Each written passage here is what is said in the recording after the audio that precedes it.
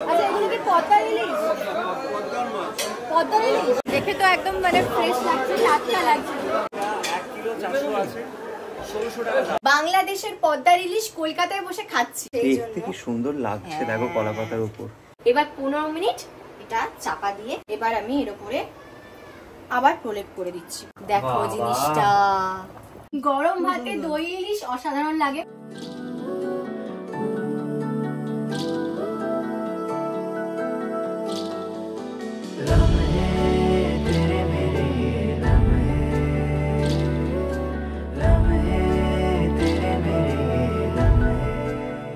Good morning everyone, welcome back to Rudrojit Purita Vlogs. চলে এসেছি আবার একটা নতুন ব্লগ নিয়ে। এবং বর্ষাকাল পড়ে গেছে, পুরোপুরি বর্ষা পড়ে গেছে সকাল বেলাতেই। মানে এখন বাজে, এই দেখো তোমাদের দেখিয়ে দিচ্ছি টাইমটা, এই ভিজে হয়ে যাচ্ছে। এই যে দেখো এখন বাজে সকাল একদম 6:30, মানে 6:35 বাজে। তো ভালো ওয়েদার, মানে ঘুম থেকে ওঠার পরই এত সুন্দর ওয়েদার, মানে ভাবা যায় না। মানে বর্ষাকালে আমরা চাইছিলাম যে বৃষ্টিটা হোক, এর মধ্যে কদিন ধরে বৃষ্টি হচ্ছিল না, গরম খুব খুব গরম পড়েছিল। কিন্তু এই যে হঠাৎ করে সকাল থেকে যে বৃষ্টি, এর থেকে আর কি চাই বলো তো? ভাবছিলাম কবে হবে, আর এত ভালো দিনে হয়েছে না যে কি বলবো। আজকে কি করছি বলো? আজকে করছি বর্ষাকালে বাংলাদেশের পদ্মার ইলিশ দিয়ে দই ইলিশ। এবার দেখো বাংলাদেশের পদ্মার ইলিশ কার না ভালো লাগে? প্রত্যেকটা মানুষ বাংলাদেশের বর্ষাকালে প্রথমবার হচ্ছে।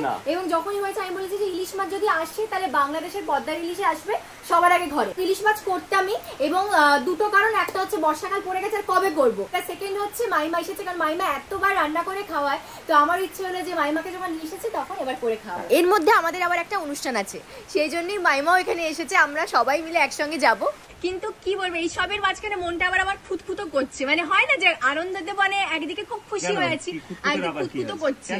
তার কারণ হচ্ছে যে স্কিনেতে জানোই আমি চেষ্টা করি স্কিনটা একটু ভালো রাখার, মেনটেন করার, কিন্তু মনটা খুঁতখুত করছে। কারণ কদিন আগে আমার কয়েকটা অ্যাকনি হয়েছিল, তো সেগুলোর দাগ না এখন এখানে এই সাইডগুলোতে একটু একটু রয়ে গেছে। এই যে জিনিসটা হয়েছে এটা নিয়ে খুঁতখুতানি চলছে তো চলছে।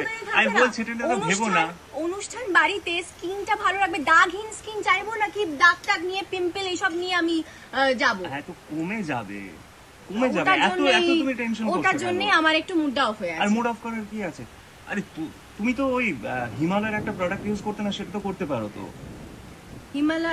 হিমালয়ের প্রোডাক্ট মানে ওইটা? হ্যাঁ, মানে Himalaya dark spot clearing turmeric face serum. Turmeric face সিরামটা ওটা তো ইউজ করতে পারো তো তুমি। ওটাতে তো অনেকটা তোমার কমে গেছিল, তোমার যে প্রবলেম গুলো ছিল, এই যে অ্যাকনি প্রবলেম বা ডার্ক স্পটের প্রবলেম, অনেক কমে গেছিল তো। দেখো একদম ঠিক বলেছো। দাঁড়াও 1 মিনিট 1 সেকেন্ড, চোখ পালালে বুদ্ধি বাড়ে। আমি নিয়ে আসি, দাঁড়াও। এই যে এই প্রোডাক্টটার কথাই বলছিলাম, এটা হলো Himalaya dark spot clearing turmeric face serum.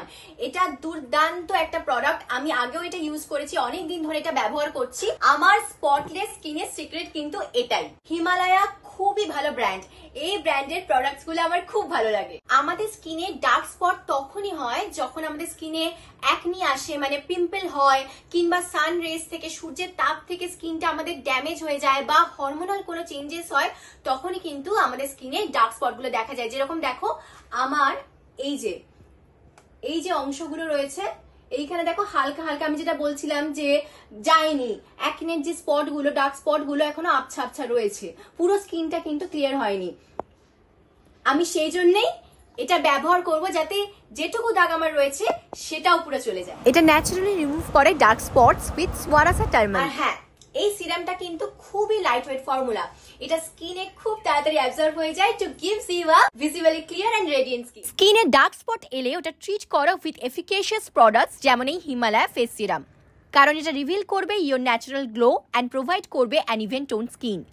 এই সিরামটা made with Swarasa cold pressed extraction that retain turmeric active to its full potential. এটা 2 to 3 ড্রপস অফ সিরাম নেবে, then apply on face and neck. Twice a day করো, মানে দিনে দুবার এটা use করো, দেন বেটার রেজাল্ট পাবে। And massage in upward circular motion gently till the serum gets absorbed. আর একটা কথা কিন্তু অবশ্যই মাথায় রেখো, রোদে বেরোনোর আগে অবশ্যই সানস্ক্রিন লাগিয়ে তবেই বেরিও। এই সিরামটা লাগিয়ে কিন্তু বেরিয়ে পড়ো না। আমি কিন্তু এই ফেস সিরামটা অনেক দিন ধরে ব্যবহার করি, তাই দেখো আমার স্কিনে কিন্তু কোনো ডার্ক স্পট নেই, যেটুকু ছিল সেটাও কিন্তু চলে গেছে। আর স্কিনটা কি সুন্দর একটা গ্লো করছে, সুন্দর আমার স্কিন থেকে একটা গ্লো দেয়। এই সিরামে আছে 100% organically source turmeric, 10% glycolic acid and 2% niacinamide. It has based of science, glycolic acid and niacinamide, and nature turmeric extract. এই প্রোডাক্টটা অ্যাভেলেবেল রয়েছে অ্যামাজন, নাইকা, ফ্লিপকার্ট এবং হিমালয়ের ওয়েবসাইটে। You can get a flat 30% discount if you go and check out the product today. আর এই প্রোডাক্টের link আমি ডেসক্রিপশন বক্সে দিয়ে দিয়েছি।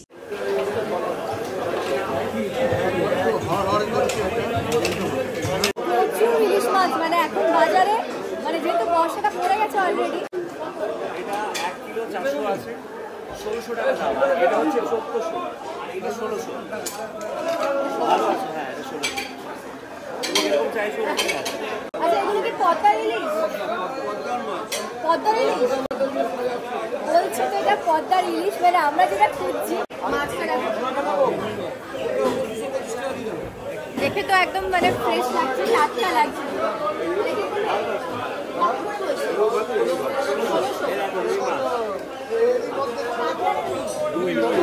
আমরা কাতলা মাছ ধরেছি কিছুদিন আগে পুকুর থেকে, দেখে পুরো মনে হচ্ছে পুকুরের কথা মনে পড়ে যাচ্ছে।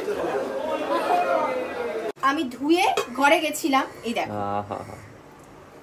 আসল জিনিস এটাই, পদ্মার ইলিশ, বর্ষার প্রথম পদ্মার ইলিশ, তাই তো? বর্ষার প্রথম পদ্মার ইলিশ, মানে বাংলাদেশের পদ্মার ইলিশ কলকাতায় আসে, কিন্তু আমাদের এখানে একটু দামটা বেশি হয়। আমাদের এখানে দামটা বেশি হয় কারণ দেখো বাংলাদেশ থেকে কলকাতায় আসছে, সেই দামটা তো পড়বেই। তো এটা আমাদের 1 কিলো 600 ছিল না? 1 কিলো 600, হ্যাঁ। এটা 1 কিলো 600। এই মাছটা যা আছে এটা আমাদের নিয়েছে 2400, মানে 2400 টাকা নিয়েছে। হ্যাঁ বলবে তোমরা, অনেকে হয়তো বলবে যে এটা একটু বেশি নিয়েছে। ঠিক কথা, একটু বেশি নিয়েছে, কারণ বললামই যে দেখো বাংলাদেশের পদ্মার ইলিশ কলকাতায় বসে খাচ্ছি, তো তার জন্য একটু বেশি দাম তো দিতেই হবে, সেটা কিছু করার নেই। কিন্তু আসল হচ্ছে এই স্বাদটা, মানে বাংলাদেশের পদ্মার ইলিশের যে সুন্দর স্বাদটা হয়, এটা সব জায়গায় হয় না, এটা সম্ভব না। অ্যাকচুয়ালি কিছু কিছু জায়গার কিছু কিছু বিশেষত্ব আছে। প্লাস আমাদের বাংলাদেশি বন্ধুরা তোমরা রয়েছো, তোমরা দোকানে সবসময় খেতে পারো, এটা সব থেকে সুবিধে। তোমরা যখন খুশি বাজার থেকে কিনে বর্ষাকাল এলেই খেতে পারো। কিন্তু আমাদের বন্ধুরা তো আমাদের বারবার আমন্ত্রণ জানাচ্ছে না বাংলাদেশে যাওয়ার জন্য, তো আমরা তাহলে বাংলাদেশ চলে গেলে যখন খুশি তখন খেতে পারবো। আমরা যখন বাংলাদেশ যাব, যখন খুশি তখন সত্যি খাবো। সবার আগে পদ্মার ইলিশই খাবো, কারণ ওটা সব থেকে ওখানের বিখ্যাত। তো এবার হচ্ছে কাজ শুরু করব। আমার নুন হলুদ মাখাবো। ইলিশ মাছটা ধোয়া হয়ে গেছে। আচ্ছা এই জায়গাটা সরাই, কলা পাতাটা পাতি। আমি কলা পাতার উপর করছি, এটা তো এই জায়গাটাও করা যায়, কিন্তু বললামই যে আমার খুব ভালো লাগে, সেই জন্য। দেখতে কি সুন্দর লাগছে, দেখো কলা পাতার উপর। মাইমাকে ডাকো, মাইমাকে ডাকছি, দাঁড়াও। মাইমা এসেছে, দেখো মামার বাড়ি থেকে নিয়ে চলে এসেছি। তখন থেকে মাইমা বলছি, দেখো মাইমা মাছগুলো। মাইমাকে বলেছি দাঁড়াও একটু অপেক্ষা কর, তোমাকে একেবারে দেখাবো। সুন্দর মাছ হয়েছে।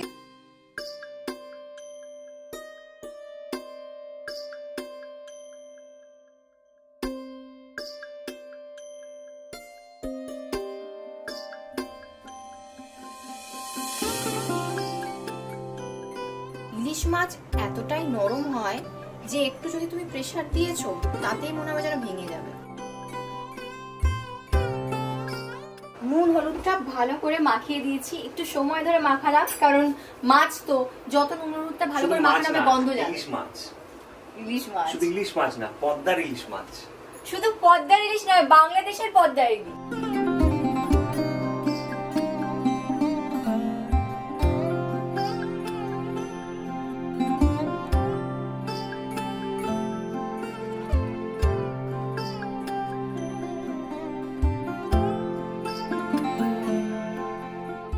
মাছে ম্যারিনেশন পুরো কমপ্লিট, সবকিছু ভালো করে মিশিয়ে দিয়েছি। এবার 15 মিনিট এটা চাপা দিয়ে রাখলাম, এটা থাকুক। আচ্ছা এখানে আমি ওই 250 থেকে 300 মতন দই নিচ্ছি। দইটা একটু কমও নেওয়া যায়, কিন্তু দই ইলিশ বলে বেশি নিচ্ছি আমি। আর জলটা ঝরাতে দিচ্ছি, মানে বেশি জল ঝরাবো না, অল্প জল ঝরাবো, বাকিটা লাগবে। কারণ অতিরিক্ত জল হলে দেখুন অলরেডি পড়তে শুরু করে দিয়েছে জলটা।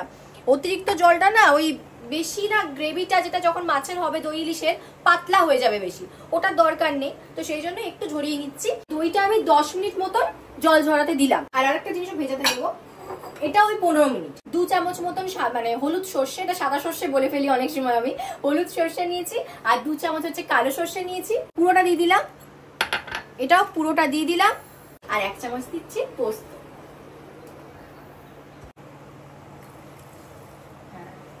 ঠিক আছে, এটা ভিজতে দিয়ে দিলাম। 15 মিনিট হয়ে গেছে, এটা 15 মিনিট ধরে ভিজলো।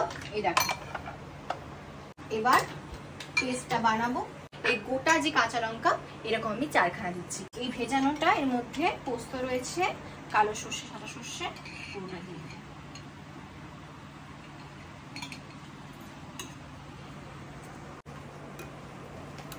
অন করেছো সুইচ? চলো,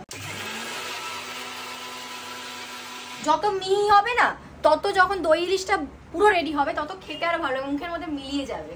তো সেই জন্য চেয়েছিলাম ওরকমই করতে। এই যে দেখো কতটা জল ঝরেছে, দেখো, দেখেছো তো? যতক্ষণ আমি ঝরালাম এতে কিছুটা জল বেরিয়ে গেছে, এখনো দইয়ের মধ্যে জল আছে, তো ওটা আমার লাগবে। এই দইটা আমি দিয়ে দিলাম, দেখো কি সুন্দর দইটা হয়েছে, দেখেছো? এবার দেবো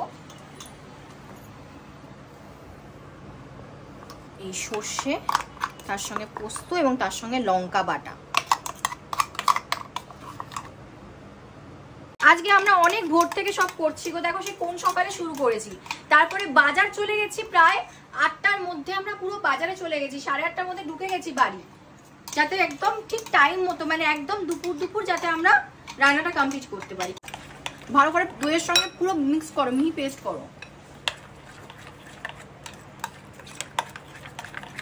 রেখে দাও, এবার তুই ছিটকাচ্ছ চারিদিকে, রেখে দাও। এবারে দেবো পরিমাণ মতো নুন, কারণ নুনটা একবারই ব্যবহার করেছি এখন অব্দি মাছের মধ্যে, তো এই পেস্টটার মধ্যে নুন না দিলে টেস্টটাই বেরোবে না। পরিমাণ মতো নুন দিচ্ছি, এখানেই আমার সব থেকে ভয় করে যে ঠিক দিচ্ছি তো বেশি হয়ে যাবে না, তো এই এতটা মতো দিচ্ছি। আর একটা জিনিস দিচ্ছি চিনি, এই চিনিটা অনেকে দেয় না, হ্যাঁ, তো এটা আমার নিজের পছন্দ, বারবারই তোমরা অনেকেই জানো, বারবারই বলেছি যে চিনি দিলে টেস্ট বাড়ে, তো আমি সেই জন্য চিনি দিচ্ছি। কারণ টক দইও পড়েছে, তো একটু চিনিটা যখন পড়বে না স্বাদটা খুলবে। এটা রেডি হয়ে গেছে। এবার আমাদের আসল কাজ হবে, মাছগুলোকে আমি ভাপাবো, মানে ভাপে দেবো। দই ইলিশটা তো এভাবেই করতে হয়, কারণ দই ইলিশে ভাজা, ইলিশ মাছ ভাজার কোনো প্রয়োজন নেই। আচ্ছা, এইটাতে বানাবো আজকে দই ইলিশ। এটাতে আজকে 12 জনের বিরিয়ানি রান্না হবে, যেরকম দেখছি এনেছেন বাবারে। আচ্ছা, 6 পিস যেহেতু করবো, তো এইরকম টিফিন বক্স নিয়েছি আমি। এর মধ্যে আগে একটা প্রলেপ দিয়ে দিচ্ছি, যে পেস্টটা বানালাম ওই প্রলেপটা দেওয়ার পর মাছগুলো রেখে আবার ওপর দিয়ে একটা প্রলেপ দেবো, আর এর মধ্যে জল দিয়ে এই যে ভেতরে দেখো, আমি আমার যেহেতু 6 পিস করছি সেই হিসেবে আমি টিফিন বক্সও কিনেছি, দেখো হালকা করে নিচে প্রলেপ দিয়ে দেবো এটার।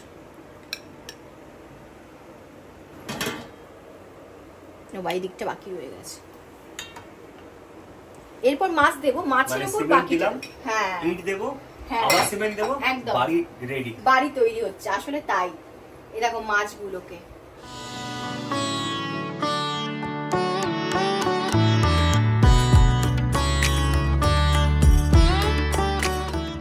আমি বলেছিলাম 6 পিসের করব, অসুবিধা নেই, এটা না একটু আধটু হয়, ঠেসাঠেসি করে দেওয়ার দরকার নেই, তো 5 পিস দিলাম। এটা হবে ভাজা।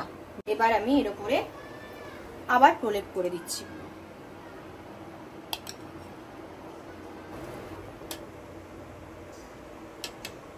এই যে কাঁচা লঙ্কাগুলো চেরা ছিল সেটা আমি আগে বসিয়ে দিচ্ছি, তার উপর দিয়ে তেল দেব। চিড়েছি এই জন্যেই, পুরো কেটে দিইনি, এই যতক্ষণ ভাপানো হবে না এর গন্ধটাও মিশে যাবে আর হালকা হালকা ঝালটাও বেরোবে। তেলটা একটু বড় চামচটা নিতে পারতে, বলো না, ছড়ো একটু ক্রিস ক্রস করে, হ্যাঁ গোল গোল করে সুন্দর করে, হ্যাঁ। এবার বন্ধ করে দিচ্ছি।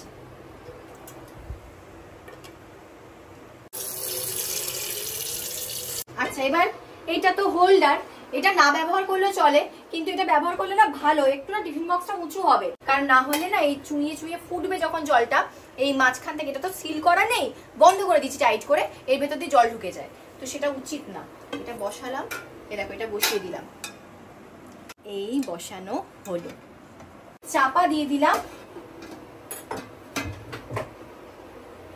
গ্যাস অন করব, ফ্লেমটা মিডিয়াম থেকে লো রাখা উচিত। 30 মিনিট হবে, ততক্ষণে আমি মাছ ভেজে নিই। আমি এরকমই করি প্রত্যেকবার মাছ চাটতে গেলে। দেখো ছিট করছে, দেখো, ওরে বাবারে। 2 পিস ভাজছি আর এই 2 পিস বাকি আছে, এই দুটো হলেই আমার ভাজা কমপ্লিট। ততক্ষণে দই ইলিশও রেডি হয়ে যাবে। এবার একেবারে দই ইলিশটা তোমাদেরকে দেখাবো।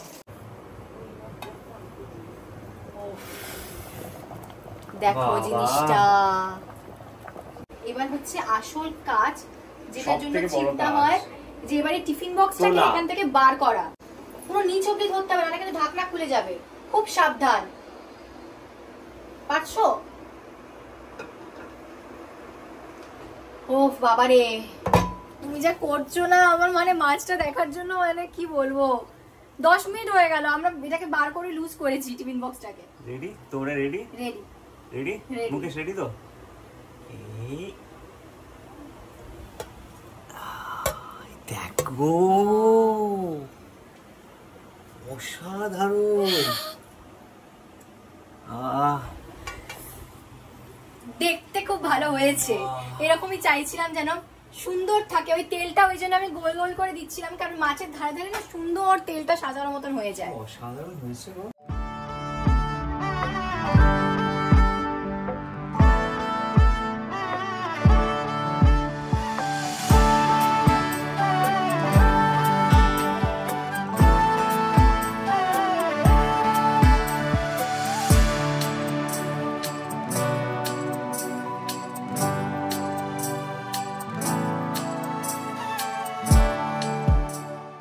রেডি? রেডি? মাইমা এটা খাবে শুরু হোক আগে। নাকি? আমি আর পাচ্ছি বড় না। মাইমাই খাবে। মাইমা, না, আজকে তুমি শুরু দেখ। করো। না না না না, তুমি শুরু না, করো। আজকে তুমি শুরু করো, একদম দই ইলিশটা আগে টেস্ট করো, তারপর ইলিশ মাছ ভাজা, তারপর ও খাবে, আর লাস্টে এবারে আমি খাবো। খুব সুন্দর হয়েছে। ভালো হয়েছে? হ্যাঁ, নুন কেউ টুন বলছে সব জানি দিলে? না। খুব সুন্দর, ফাটাফাটি। এবার ও খেলে বুঝতে পারবো, মাইমা তো যাই করবো তাই বলবে ভালো সুন্দর হয়েছে, হয়েছে। কারণ মাইমার রান্না সত্যি দুর্দান্ত। খুব সুন্দর হয়েছে। এবার তুমি খাও, তারপর আমি খাচ্ছি। কাটা দেখে তোমাকে খুব সাবধান, কারণ ইলিশ মাছটা ও মাংসের মতন করে খেয়ে নেয়। এত কাঁটা থাকে। তুমি গ্রেভিটা টেস্ট করে বলতে পারো আস্তে আস্তে। ওই দেখো আমাকে আগে খাওয়াচ্ছে।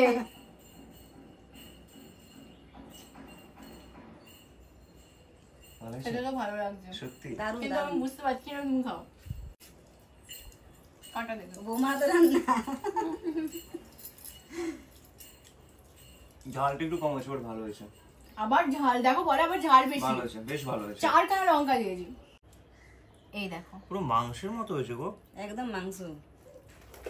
না, আমি আর দেরি করবো না, এবার আমি খাই আগে। আমি এবার খাই, একটু নিশ্চিন্ত হওয়া গেছে অল্প, কিন্তু হয় না বাহ। প্রথম গালে অত বোঝা যায় না। ও ছোট্ট নিয়েছিলাম তো, বুঝতে পারিনি।